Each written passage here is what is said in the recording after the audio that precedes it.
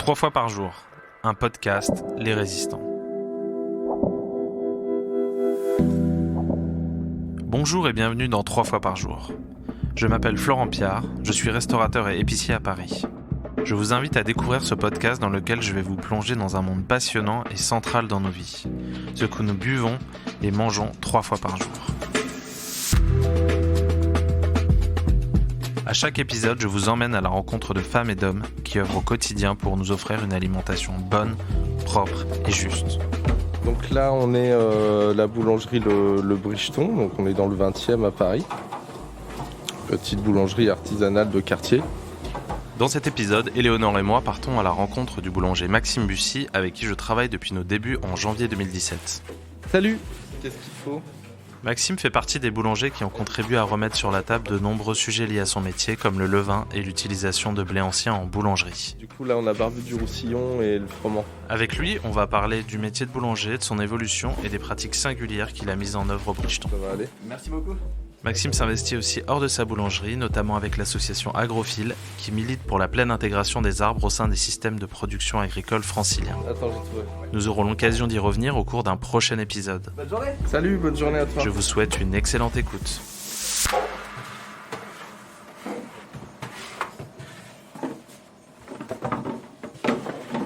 Mon parcours, j'ai passé mon CAP boulanger il y a environ 10-11 ans. Et pour passer le CAP, j'avais eu besoin de trouver un CDD. J'ai atterri dans la restauration et quelque part, ça m'a permis de découvrir notamment le vin nature.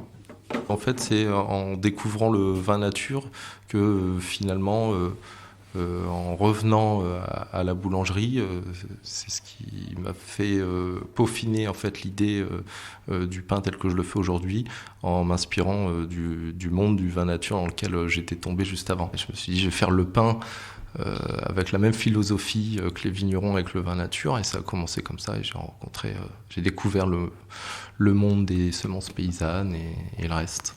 J'ai rien inventé, je me suis librement inspiré du travail des paysans boulangers qui, eux,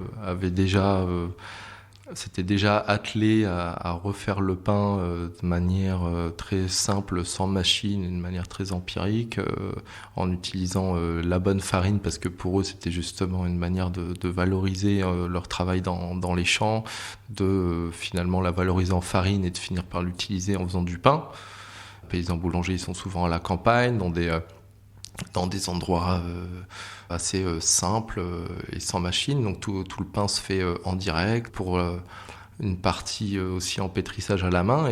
Et ça a démystifié pour moi d'un seul coup l'idée de la boulangerie où il fallait absolument investir dans beaucoup de machines. Il y avait, comme on nous l'apprend en CAP, qu'une seule manière de faire et qui passait forcément par la mécanisation, du coup des gros investissements, etc. Là, d'un seul coup, je découvrais des personnes qui, avec 2 bassines, un truc qui chauffe, on faisait du pain. Et c'est ça, en fait, qui a tout changé, qui a été le déclic, où je me suis dit que c'était possible et que je pouvais le faire, en fait, de n'importe quelle façon, n'importe où. Et c'est ça qui était le déclic. Alors, qu'est-ce qui s'est passé ce matin? Donc, à 5h30, on mélange les éléments, donc il n'y en a pas beaucoup, farine, eau et sel. Ensuite, donc, c'est la phase de pétrissage, sauf que nous, on ne pétrit pas énormément. Donc, en fait, le mélange des éléments, on appelle ça le phrasage. Ensuite vient le pétrissage. Ensuite, pendant cette phase de fermentation, qui est le pointage, on surveille la pâte.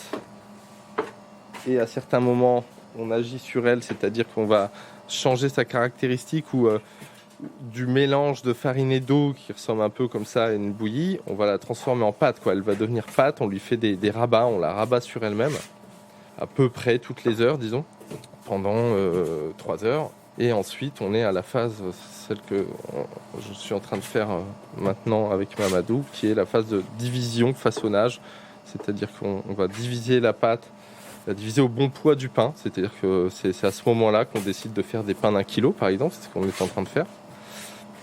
On donne au pain sa forme définitive, on le met ensuite dans les bannetons, et ensuite cette dernière fermentation qui est l'après, on ne va plus toucher à la pâte, Ensuite, après 1h30, 2 heures, là on va le mettre au four ou au frigo si on a envie de faire un décalage au lendemain. On fait pas de baguette. Je pense que si on était le seul boulanger du village dans une petite bourgade, on ferait des baguettes parce que j'ai rien contre les baguettes. Mais là, on est dans une ville, on est entouré, tous les 100 mètres, il y a une boulangerie. Donc je me sentais pas l'obligation de faire des baguettes. Et puis surtout, au tout début, c'était vraiment l'envie de retrouver finalement le pain qu'on mangeait quand on mangeait 1 kilo de pain par jour et par personne avant, il y a 100 ans. Ce pain nourrissant et digeste, et surtout qui se conserve. Et donc c'était l'idée de proposer en fait le pain qu'une seule fois par semaine. Moi au tout début dans l'idée, c'est pour ça que j'ouvrais que 3 jours par semaine, c'était de proposer aux gens de venir chercher une seule fois le pain par semaine et de le gérer sur la semaine, de ne pas faire forcément beaucoup de pain. Bon, finalement, maintenant on ouvre 6 jours par semaine parce que aussi c'était l'envie de plus travailler forcément seul. C'est ce qui a aussi impliqué d'ouvrir plus de jours. Aujourd'hui, je travaille avec Mamadou et Guilhem qui n'est pas là aujourd'hui. Et donc c'est pour ça que je ne fais pas de baguette parce que de toute façon, dans notre pratique, comme tu vois, on est dans un très petit espace. On est dans 27 mètres carrés, labo, boutique compris. Là, faire des baguettes, on a limité aussi les machines. Et logistiquement, ce serait compliqué, ça nous demanderait trop de temps. Puis voilà, on s'est plutôt concentré sur les miches de pain. Maintenant, on en sort environ 120 kilos, ce qui est très peu pour une boulangerie. Je veux dire, une boulangerie plutôt classique à Paris qui envoie un peu, facilement autour de 500-600 kilos. C'est pas rare de voir des boulangeries qui sortent 1 tonne de pain par jour. Et nous, si tu veux, 120, on est dans Paris, on fait partie des boulangeries qui produisent le moins de pain de la capitale. Ça reste une boulangerie de quartier qui reste à l'échelle du quartier, qu'à 80% des clients sont des clients habitués de la première heure qui habitent à 150 mètres. Comme c'est un quartier très populaire avec un état d'esprit village, on se sent presque boulanger du village. C'est viable. Et oui, c'est viable. Sinon, on n'aurait pas tenu toutes ces années. Petite boulangerie, peu de machines, donc peu d'investissement. Donc pas de gros endettement. Ensuite, on ne veut pas non plus devenir riche. Mais quand même, l'idée c'était quand même d'arriver à ce que chacun puisse avoir une paye décente en étant parisien, avec ce qu'on connaît des prix parisiens. Donc là, je vais réussir une nouvelle fois le mois prochain à augmenter la paye de tout le monde. Et je pense que là, on va arriver à chacun une paye décente pour une vie parisienne, en essayant aussi d'adapter au maximum les emplois du temps pour que ça soit aussi agréable pour tout le monde. Donc là, personne ne travaille plus que 4 jours par semaine. C'est aussi une ambition de vouloir ne pas se dégoûter du travail et faire en sorte qu'il y ait un côté confortable à travailler. C'est aussi pour ça que c'est chouette qu'on ne fasse pas trop de pain non plus.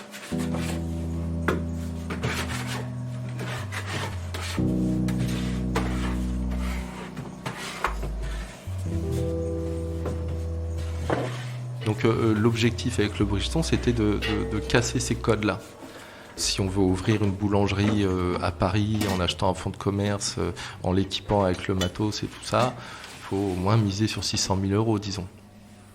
Donc ça, c'est un gros investissement de départ qui fait que derrière, on comprend bien qu'il faut envoyer un peu du pain et tout ce qui pourrait se vendre dans la boulangerie pour avoir un équilibre. Ensuite, il faut absolument du pain du matin jusqu'au soir sur les rayons. Ça aussi, ça a été quelque chose d'instauré depuis un moment dans le monde de la boulangerie. Donc ça demande beaucoup de personnel. Et là aussi, du coup, ça demande de produire beaucoup pour pouvoir payer tout ça. Donc pour pouvoir vendre le pain à un prix soit plus cher, et encore ça se discute, au kilo qu'un autre pain, il fallait être dans des investissements beaucoup moins importants. Ensuite, moi quand j'ai démarré, j'avais rien du tout comme argent, donc c'était aussi l'idée de faire un prêt le plus petit possible, parce que tout simplement j'aurais pas eu la possibilité d'en faire un plus grand, et de pas être dans cette course à la production, de pouvoir vivre d'une petite production. Donc pour ça, il faut pas avoir à rembourser beaucoup d'argent et pas à employer non plus énormément de monde. Donc c'est ce qui explique les horaires, par exemple. On ouvre de 16h à 20h, et s'il fallait remplir les étagères de pain dès le matin jusqu'au soir, on pourrait pas, ça tiendrait pas. Économiquement, c'est équilibré parce que c'est à la bonne taille.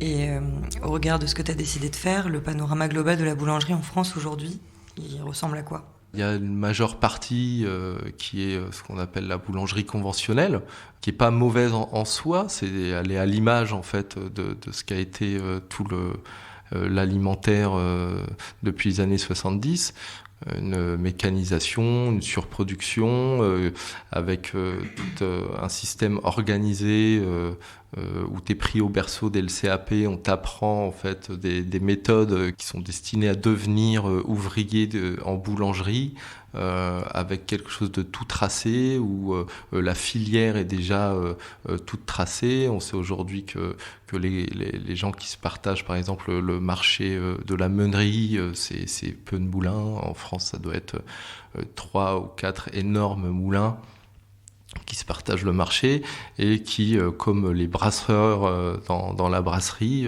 font un peu la pluie et le beau temps. Ça a été un glissement petit à petit dans l'envie d'améliorer les techniques en agriculture pour avoir le meilleur blé possible, pour ensuite avoir la meilleure farine possible avec les meilleures caractéristiques technologiques, etc., pour faciliter tout le reste, et notamment la mécanisation. Donc finalement, on se retrouve avec la plupart des boulangeries qui sont à l'image de ça, c'est-à-dire avec de la mécanisation, avec en utilisant des farines moulues sur des meules de cylindres pour que ce soit plus pratique et que ça aille aussi un peu plus vite, issues de blé du coup moderne qui était développé par l'industrie agricole pour faire des blés de compétition, pour développer le système de semences tel qu'on le connaît avec le marché des semences détenu par Monsanto, en enlevant une partie d'un des travaux qui était celui du paysan, de celui qui faisait pousser le blé, qui était le travail de semences. Et donc finalement on se retrouve avec un pain qui est plutôt assez standardisé parce que contrôlé, dirigé par les moulins, et difficile de se défaire de ça. Donc finalement c'est pas que les gens dans le boulangerie conventionnelle font mal les choses, c'est parce qu'il n'y avait pas une autre manière de faire les choses. De cette organisation a découlé ce qu'on connaît aujourd'hui en boulangerie et a standardisé du coup tous les pains et la méthode, et du coup un abandon du savoir-faire du boulanger tel qu'il existait avant. Là, t'as mis un peu de barbu du roussillon dans le gros pétrin, Mamadou ? Ouais, super, c'est ça aussi. Et donc la façon dont on travaille, donc déjà on parle là de pain au levain, ce qui est déjà une caractéristique. Et donc selon la législation, on peut appeler pain au levain un pain dans lequel on a mis du levain, mais on peut se permettre 2 grammes de levure au kilo en le mélangeant en plus du levain et quand même l'appeler levain. J'aurais pu mettre sur la vitrine pain au levain et finalement mettre une partie de levure avec le levain. Bon, ça c'est pas notre pratique. Nous on met pas de levure parce que pour moi le pain ça se fait que comme ça en fait. Il n'y a pas de raison de mettre de la levure dans le pain si on travaille au levain. Parce que, en fait, la levure boulangère fraîche, on en est venu à ça, c'est surtout pour faire plus de pain, c'est surtout à l'arrivée de l'industrie aussi, où on a commencé à utiliser de la levure boulangère. L'intérêt du levain, c'est que dans dans la levure boulangère, on n'a qu'une seule levure qui est Saccharomyces cerevisiae, qui est un seul type de levure. Et nous, on est plutôt dans la diversité. Donc en fait, on cultive la diversité. Donc dans notre levain, on a différentes levures. On n'a pas que Saccharomyces cerevisiae, même si on l'a en majorité, mais c'est pluriel. On a d'autres types de levures et surtout qui cohabitent avec des bactéries. Et c'est cette fermentation finalement entre cet équilibre entre levure et bactéries avec lequel on joue avec le levain. L'intérêt du 100% levain, c'est notamment de rendre le pain plus digeste. Et puisque cette préfermentation, c'est une prédigestion finalement. Et c'est essentiellement pour ça, et puis pour la conservation, et pour le goût. Et de toute façon, de manière empirique, on a toujours fait le pain comme ça. La levure boulangère est venue ensuite. Donc là, comme on est dans l'idée de faire un pain digeste, nourrissant, en retrouvant avec les blés anciens la qualité de farine et de blé qu'on avait il y a très longtemps, évidemment qu'on travaille 100% levain, quoi.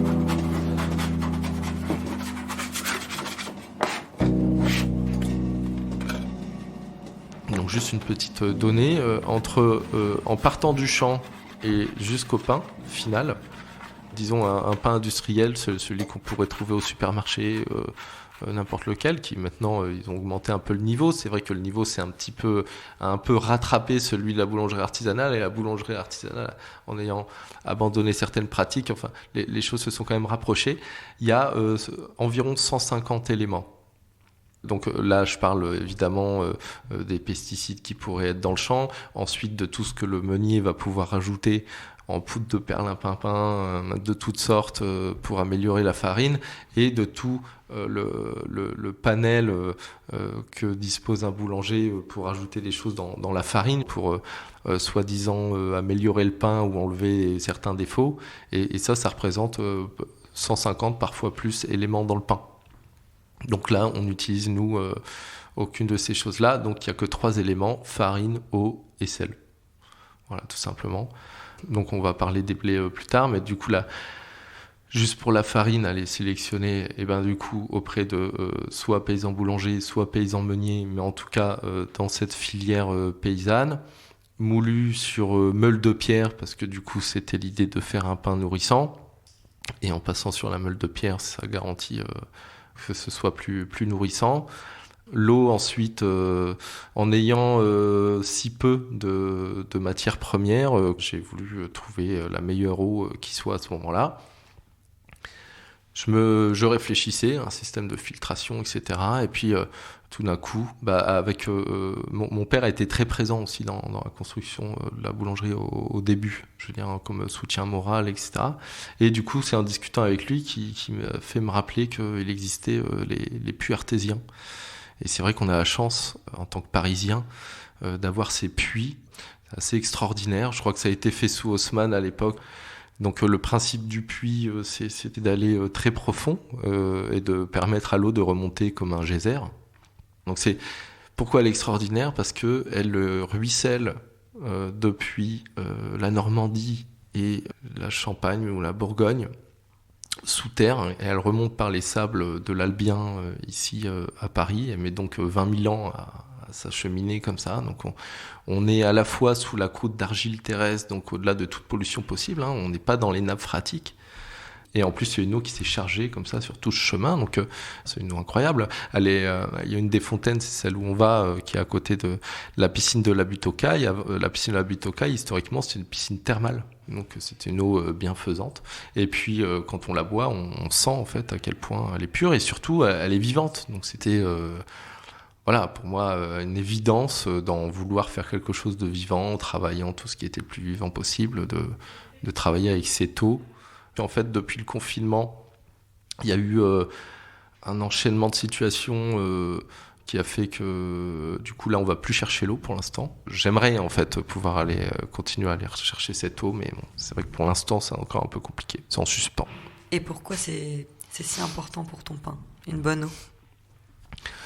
Nous, notre rôle, c'est de surveiller, d'élever, de créer des bonnes conditions à des bactéries et à des levures. Sachant ce qu'on peut trouver dans l'eau du robinet, qui est plutôt aseptisée, en tout cas antiseptique, avec des produits pour justement éliminer les bactéries, c'est pas forcément une bonne nouvelle. C'est surtout dans l'activité du levain, dans la stabilité qu'on peut trouver dans le travail autour du levain, parce que nous, c'est vraiment le point d'honneur au Bridgeton, c'est le travail autour du levain, et qui est assez contraignant en fait. C'est aussi pour ça que ça avait été abandonné. Après, il n'y a pas d'études sur le sujet, mais moi, je suis intimement convaincu que ça agit mieux dans l'activité fermentaire. Après, ça change pas le goût du pain, quoi. Et pour le sel et le levain? Le sel, ça a été une rencontre fortuite, comme il s'en est passé beaucoup autour de la construction de la boulangerie. Donc dans un bar, j'ai dit tiens, voilà, j'ouvre une boulangerie, je cherche du sel, et la personne à côté de moi se retourne, ah bon, tu cherches du sel? Justement, elle a des amis, donc elle travaille aussi pour eux, c'est des marais salants en Vendée, et c'est des jeunes, à l'époque trentenaires, qui avaient repris un marais salant abandonné dans le lieu de leur enfance, c'est-à-dire en reprenant les pratiques de l'époque et tout ça. Donc du coup c'était l'aubaine, donc ça s'appelle Salorge de la Vertonne, on passe par eux. Et le levain, c'est tout simplement le mélange de la farine et l'eau. Le pain, c'est disons du levain cuit au bon moment. Si je laissais la pâte à pain seule, sans surveillance, elle deviendrait du levain. Donc le levain, c'est juste le mélange de la farine et l'eau. Mais par contre, dont on doit s'occuper, c'est-à-dire qu'il y a ces différences de fermentation qui fait qu'on doit le surveiller comme le lait sur le feu, et surtout chaque boulanger a son idée un peu de ce qu'il recherche dans le levain. Donc moi je sais exactement ce que je cherche dans le levain, et je m'attache à faire les rafraîchis, c'est-à-dire à rajouter de la farine et de l'eau, à nourrir le levain pour créer les bonnes conditions pour les levures et les bactéries que je souhaite avoir dedans, et qui soit à point, c'est-à-dire au niveau que je souhaite de fermentation au moment où on va l'utiliser pour faire le pain. Donc ça nécessite de vivre à côté de son lieu de travail, et c'est pour ça que j'ai atterri dans le quartier. D'ailleurs, c'était avant tout parce que il y avait un logement à côté de la boulangerie pour me déplacer toutes les 6 heures. Voilà.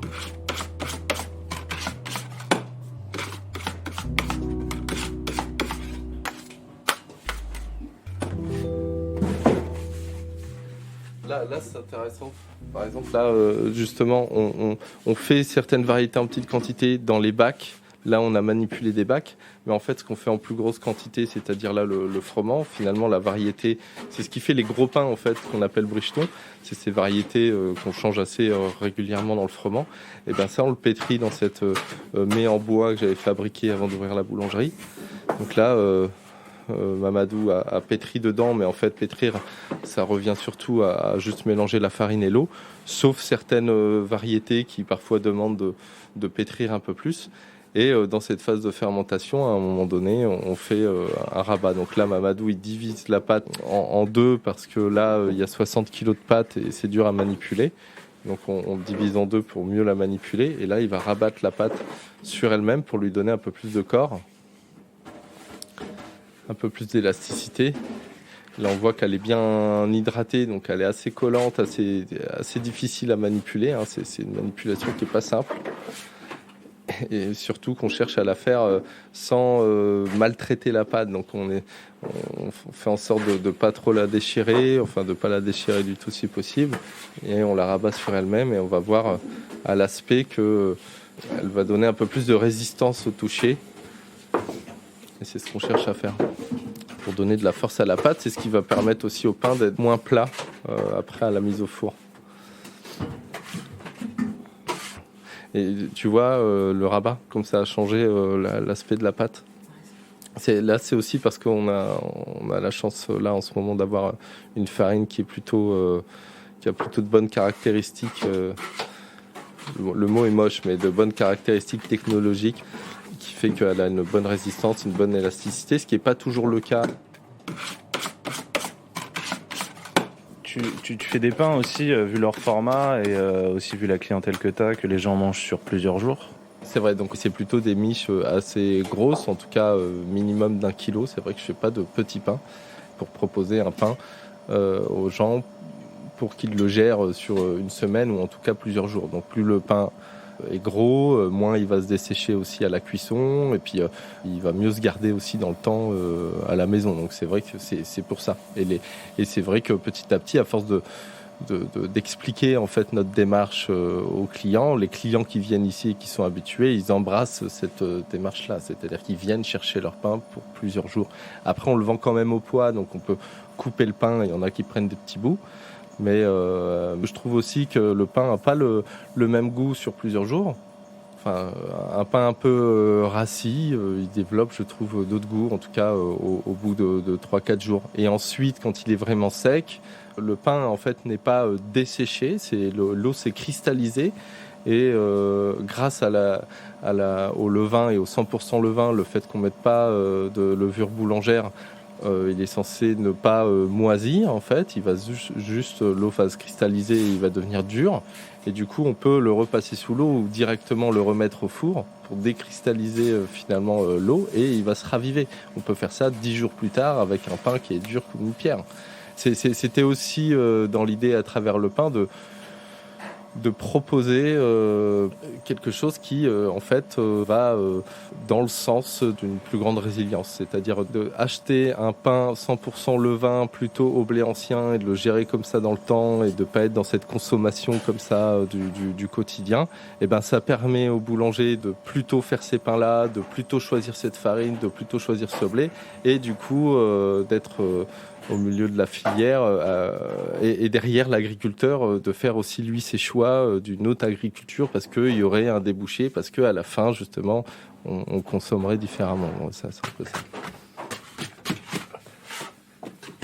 Ah finalement on a déjà mis au froid le truc. Heureusement qu'il y a Mamadou qui suit la fournée parce que c'est complètement à la rue. Hein. Donc là, la pâte a déjà subi un premier rabat. Donc on voit déjà là d'aspect qu'on est passé de la phase d'un simple mélange. Et là, on voit vraiment qu'elle a un aspect de pâte. Ça lui a donné une belle forme et puis surtout une sensation un peu comme une peau.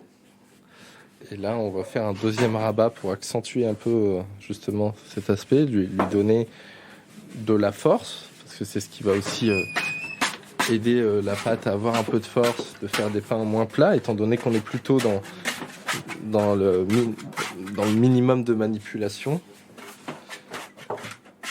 On cherche quand même à faire le minimum de gestes qui va quand même faire en sorte de ne pas faire des galettes.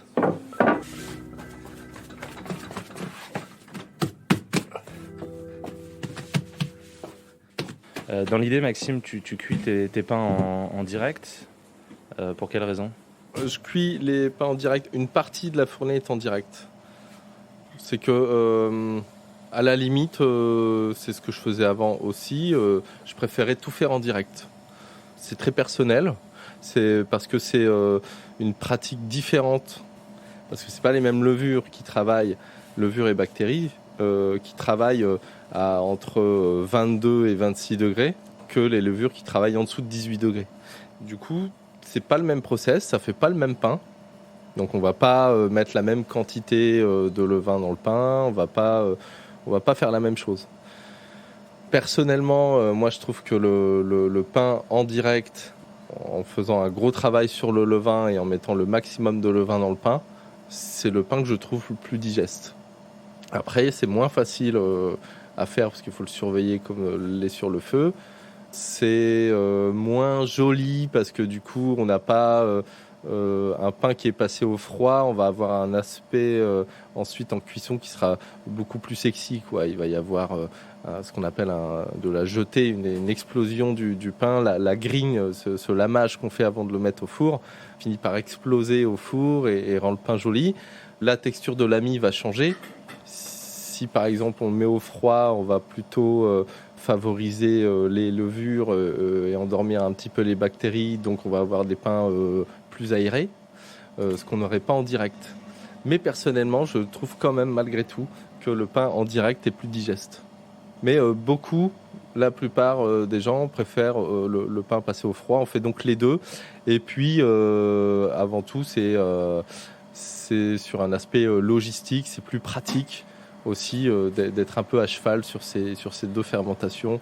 Un pain qui est fait en direct et un pain où on fait un peu un décalage au froid. Alors ici, c'est la brioche qui est en train de tourner dans le batteur. C'est ce qu'on entend en fond depuis tout à l'heure. Donc là, on attend qu'elle s'imprègne de tout le beurre qu'on lui a mis et éventuellement qu'elle décolle de la cuve. Vous faites de la brioche en plus du pain ? Oui, on fait de la brioche en plus du pain. C'est vrai qu'on est aussi, c'est une caractéristique de la boulangerie, on fait que du pain. Disons que c'est une boulangerie qui ne vit que de vendre du pain. Alors que au fur et à mesure du temps, c'est vrai que les boulangeries plutôt conventionnelles, ils sont beaucoup diversifiés. Ils vendent des pâtisseries, ils font du snack, ils vendent des sandwichs, etc. Un tas de choses. Finalement, la boulangerie ne vit pas que du pain. Donc là, c'est vrai que c'est une caractéristique du bouchon. Salut Thierry, ça va ? Ouais. Les gens du quartier, hein. On a aussi une boulangerie quartier, surtout et avant tout. Et la caractéristique déjà du Bricheton de vivre que du pain, c'était déjà quelque chose qui n'était pas forcément commun quand j'ai ouvert. Sauf, enfin en tout cas à Paris, dans une grande ville à l'époque. Il y a 6 ans, début 2016, fin 2015. C'était le choix plutôt du minimalisme, donc du coup c'était petit espace, le moins de machines possible puisqu'on fait tout à la main, on pétrit aussi à la main dans un pétrin manuel. Et c'était plutôt le choix du minimalisme. Donc on fait essentiellement du pain, mais on s'est un peu diversifié. On a quand même fait des viennoiseries boulangères, type brioche. En fait, on fait pas de croissant, on fait pas de tourrage, on fait pas de pâte feuilletée, etc. En revanche, on fait quand même une brioche et un flan 2 fois par semaine. Donc ce qu'on fait à côté, c'est vraiment en fait pour se faire plaisir et faire un petit peu autre chose que du pain, mais qui reste, par exemple, pour le flan, une pâtisserie boulangère. Donc on ne s'est pas lancé dans des entremets, etc. Et puis on le fait que 2 fois par semaine, c'est assez anecdotique. Et du coup, pourquoi il n'y a pas plus de boulangers qui travaillent comme ça ? Y a quand même un engouement qui fait qu'il y a beaucoup plus de boulangeries qui s'ouvrent sur des modèles comme celui-là. Maintenant, pas exactement le même modèle, c'est-à-dire 100% farine paysanne, vraiment 100% aussi levain naturel, etc. Pas tant que ça. Je pense qu'il y en a quand même de plus en plus. Donc si, je pense que c'est la formule fait des petits. En tout cas, à Paris, quand je suis arrivé avec un modèle comme ça, je pense avoir été le premier. Et maintenant, il y en a beaucoup, mais plus, disons. Comment tu fixes le prix des pains et comment il a évolué depuis que tu as ouvert ? Ça a été simple. Le prix du pain, il s'est fait à rebours, en calculant tout ce qui devait être payé. Et à la fin, on arrive au prix du pain, qui est du coup de 9 € le kilo. Après, il faut comparer ce qui est comparable. Ceux qui achètent du pain à 4 € le kilo en achetant la baguette à 1,20 € et qui pourraient se dire 9 €, c'est très cher. Il faut comparer ce qui est comparable. Donc, dans une boulangerie conventionnelle, la boule de pain dit au levain, on est déjà proche des 7 € le kilo de la première farine venue avec des pratiques dont on ne sait pas exactement. Donc entre 7 et 9, je trouve que la marge n'est pas si énorme quand on est prêt à mettre 7 €. Voilà. Est-ce que 4 € le kilo, rien, est-ce que ce serait pas plus cher que 9 € quelque chose ? Moi, je trouve que 4 € rien, c'est cher. Donc, parce que le pain à 4 € le kilo, franchement, là, c'est la farine la moins chère qui soit, avec des pratiques un peu rapides. Mais en comparant ce qui est comparable, en tout cas, je dirais ça, 9-10 en ville, que j'essaye de maintenir, parce qu'en fait, en 4 ans, la farine a augmenté de 45%. Donc, je veux dire, je pourrais doubler les bénéfices par an si je payais ma farine moins chère. Mais bon, ça, c'est pas la question, puisque la question, c'était justement, c'était ça aussi l'enjeu politique, de payer raisonnablement la farine pour que dans la chaîne de cette filière alternative, pour qu'elle puisse exister, il fallait aussi payer plus cher la farine pour que l'agriculteur soit payé justement et qu'il puisse du coup embrancher des meilleures pratiques agricoles. Donc il s'est fait comme ça le prix. Donc là, la sonnerie qu'on entend, c'est le four. En fait, on met des minuteurs, évidemment, pour ne pas oublier. Donc quand ça sonne, c'est qu'il y a quelque chose à faire. Là, par exemple, c'est baisser la température, puisque le pain se cuit par le dessous, donc par ce qu'on appelle la sole dans le four, et à chaleur tombante. Donc il faut que la chaleur diminue. En fait, finalement, pour imiter un four à bois, qui est de base, par principe, une chaleur tombante. On cherche à créer une inertie de chaleur, une chaleur qui soit longue et intense, et tombante. C'est comme ça qu'on cuit le pain. Là, on a un pain qui a déjà une belle cuisson, une belle couleur. Alors, bien sûr que là, c'est Mamadou à la cuisson qui s'est adapté pour faire la plus belle couleur, mais d'une variété à une autre, ça va pas colorer de la même façon, pas du tout même. Donc là, c'est une belle couleur qui est surtout issue aussi de la variété. Et on a un beau craché de green. Donc là, c'est parce que du coup, la farine là a des bonnes caractéristiques assez élastiques, avec pas mal de puissance. Et du coup, il y a un beau jeté de green. Puis on a cette couleur là un petit peu rougeâtre. Parce qu'en fait, il faut atteindre dans la croûte. En général, les gens n'aiment pas le pain trop cuit. Mais en fait, si tu n'atteins pas une certaine couleur qui n'est pas le carbonisé qu'on voit là sur le bout de la grigne, mais un entre les deux, en fait, c'est une molécule en plus qui apparaît, je ne sais plus comment elle s'appelle, qui vient aussi donner beaucoup de goût à ce moment-là. Donc il faut au moins aller jusqu'à cette cuisson pour faire apparaître cette couleur avec cette molécule-là. Et puis, du coup, très caractéristique des blés anciens, là, le barbu du Roussillon, on a un pain beaucoup plus plat, quoi. Ça aussi, ça demandait un petit peu comme à l'époque dans le maraîchage où on essayait de vendre les légumes moches. C'était aussi l'idée d'habituer la clientèle à avoir des pains qui n'ont pas les caractéristiques de beauté des pains habituels. Donc les blés anciens, on a moins de gluten, etc. Là, on travaille moins la pâte pour le côté digeste, mais du coup, ça fait des pains beaucoup plus plats. Alors du coup, les gens souvent disaient « Ah bah non, pas celui-là » parce qu'ils pensaient qu'à l'intérieur, c'était moins aéré, comme il est plus plat. En fait, c'est pas du tout le cas. C'est même le plus aéré, finalement, celui-là. C'est le barbu du Roussillon. Il donne un bel alvéolage. Donc c'est plutôt caractéristique, justement, des blés anciens, les pains un peu plats. Les clients, maintenant, sont habitués, connaissent notre pratique et ils savent qu'il n'est pas moins bon pour autant. Au niveau gustatif, ce qui est quand même le plus important, ça reste quand même le travail de l'agriculteur sur les variétés et donc le travail sur la variété. Donc une bonne variété de blé bien moulu, c'est-à-dire avec le bon travail à la meunerie. Ensuite, un bon travail sur le levain, c'est quand même ce qui donne le goût du pain. Ensuite, nos manipulations pendant la fabrication du pain, oui, ça va changer surtout en termes de texture et donc finalement de mâche et donc de goût du pain. Et ensuite, évidemment, la cuisson et le type de croûte. La croûte donne aussi le goût du pain. Et ces manipulations-là, on fait plutôt attention à ces étapes, à ce que le pain soit digeste. Plus pour le goût, c'est plutôt sur le côté digeste, en fait, que ça agit. Moins on travaille la pâte, moins on crée du gluten, plus c'est souple et plus c'est digeste. Si on travaillait avec des blés modernes, disons plus conventionnels, avec de base des caractéristiques technologiques qui sont super, parce que voilà, c'est des farines un peu Formule 1, bah, là on n'aurait pas de question à se poser. Hein. Quoi qu'on fasse, même si on fait des erreurs, ça sortirait bien. Un mauvais façonnage, ça sortirait quand même. Il y aurait un aspect qui serait quand même joli. Le pain va pas sortir plat, quoi.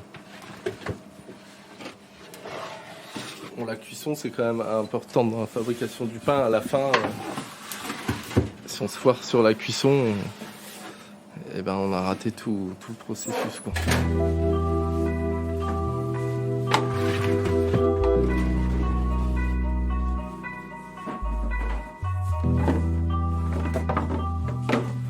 Comment tu vois l'avenir de la boulangerie ?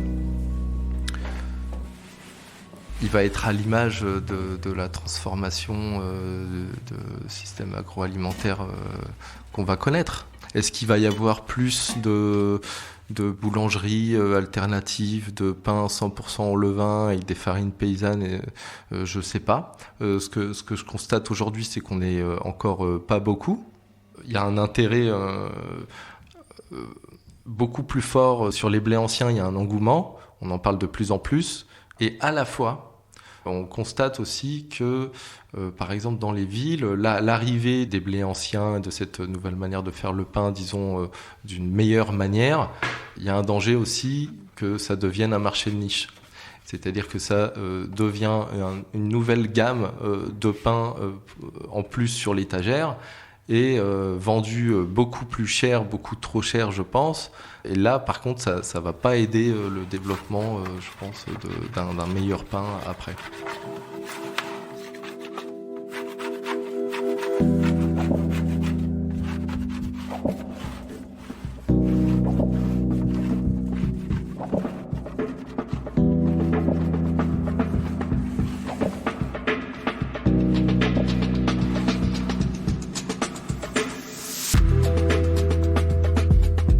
Un grand merci à Maxime Bussy d'avoir partagé ce moment avec nous. Merci également à l'équipe de 3 fois par jour, Vincent Deck à la production, Éléonore Ardelano et Arthur Cohen à la conception. On se retrouve très bientôt pour un prochain épisode de 3 fois par jour. En attendant, n'hésitez pas à nous partager vos commentaires et suggestions par mail à l'adresse podcast@lesrésistants.fr ou bien via nos comptes sur les réseaux sociaux. À très bientôt.